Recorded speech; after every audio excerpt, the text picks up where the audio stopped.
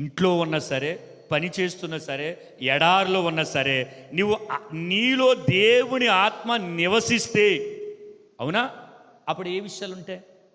ఆత్మ సంబంధాన్ని విషయాలు ఉంటాయి. అవునా? ఎలాగుంటాయి?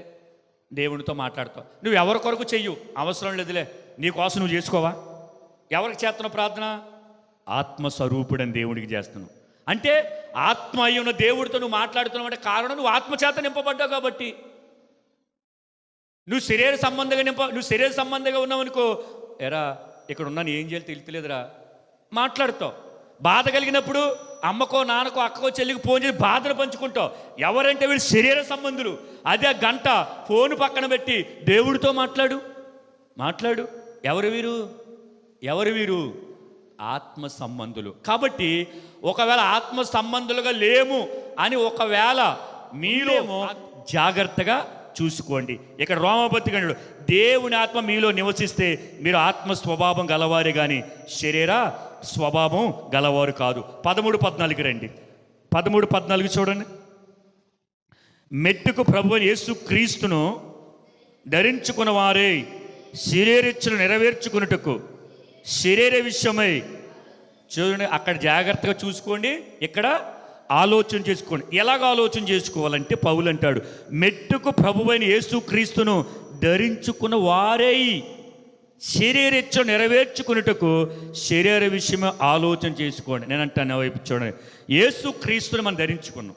పౌలు అంటాడు, క్రీస్తు యేసు కలిగిన ముద్రలు నా యందు నేను కలిగి ఉన్నాను. మరి చూడు ఎంత మంచి మాట అది.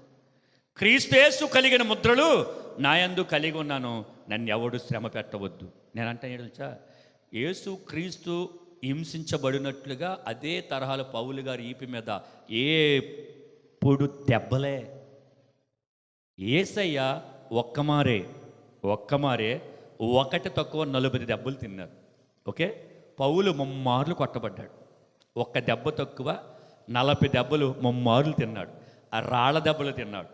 ఏంటి, బళ్ళలతో తరవబడ్డాడు, చేతులతో గుద్దబడ్డాడు, కిందేసి తొక్కబడ్డాడు. ఏంటి, అసలు ఇష్టానుసారంగా కొట్టబడ్డాడు. దాన్ని అంటాడు, ఆ ముద్రలో నా యందు కలిగి ఉన్నాను, నన్ను ఎవడు శ్రమ పెట్టవద్దు. అలాగా క్రీస్తును కనుక మనం ధరించుకుంటే మనం శరీరేచ్ఛ నెరవేర్చేవారమో కాదు అన్నది మీరు ఆలోచన చేసుకునడే. అక్కడ జాగ్రత్తగా చూసుకోండి, ఇక్కడ ఆలోచన చేసుకోండి. ఇప్పుడు కనుక మనము ఉండకూడని చోట ఉన్నామనుకో, క్రీస్తు నా యందు ఉన్నాడుగా, ఆయన నా కొరకు నలగొట్టబడ్డాడు కదా, ఇక్కడ ఎందుకు ఉండాలని ఆలోచన రావాలి. అవునా? రావాలా వద్దా? ఒక శరీరంలో మనం దేనిని బట్టి ఆనందిస్తున్నాం, దేనిని బట్టి సంతృప్తి కలుగుతున్నాం, తినకూడదు మనం తింటున్నప్పుడు ఆలోచన చేసుకోవాలి. అరే, నేను ప్రభు బల్లలో పాలు పంపులు పొందుతున్నానే, ప్రభు శరీరాన్ని భుజిస్తున్నానే, కాబట్టి ఆయన శరీరమును కలిగి ఉన్న నేను ఇది ఎందుకు తినాలి అని మనం ఆత్మానుసారంగా పరిశీలన చేసుకోగలిగితే అక్కడ నుండి మనం వచ్చేస్తాం. అవునా? ఒకవేళ రాకపోతే విశ్వాసం నుంచి తొలగిపోయే దుష్ట హృదయము నీ యందు ఉందేమో చూసుకో. ఇంక నేనేం చేయలేను, అది నేను చెప్పను, వాక్యము చెబుతుంది. అటువంటి దుష్ట హృదయము నీ యందు ఉందేమో. ఒక ఆత్మచేత నింపబడితే ఆత్మ చెప్పు సంగతుల మీద నువ్వు దృష్టి ఉంచుతావు. మీరు ఆత్మచేత నింపబడితే, పరిశుద్ధ ఆత్మని చేత మీరు నడిపించబడితే, నేను చెప్పిన ఇందాక, మీరు ఏది చేసినా ఆరాధనే.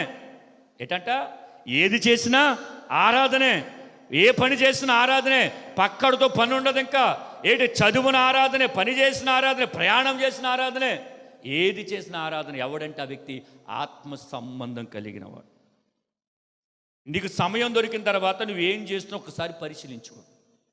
ఒకవేళ ఇదేంటి, నేను ఆత్మ సంబంధం కలిగిన వ్యక్తిని కదా, కాసేపు ప్రార్థన చేసుకుంటే ఎలా ఉంటుందని ఒక్కసారి పరిశీలన చేసుకోగలిగితే, చెడ్డ ఆలోచన, చెడ్డ తలంపులు కలిగే పరిస్థితి వచ్చినప్పుడు నువ్వు వెంటనే దగ్గర నుంచి వచ్చేయాలి. పౌలు అన్నాడు కదా 2వ భాగంలో, మనం నువ్వు యవ్వనెచ్చల నుంచి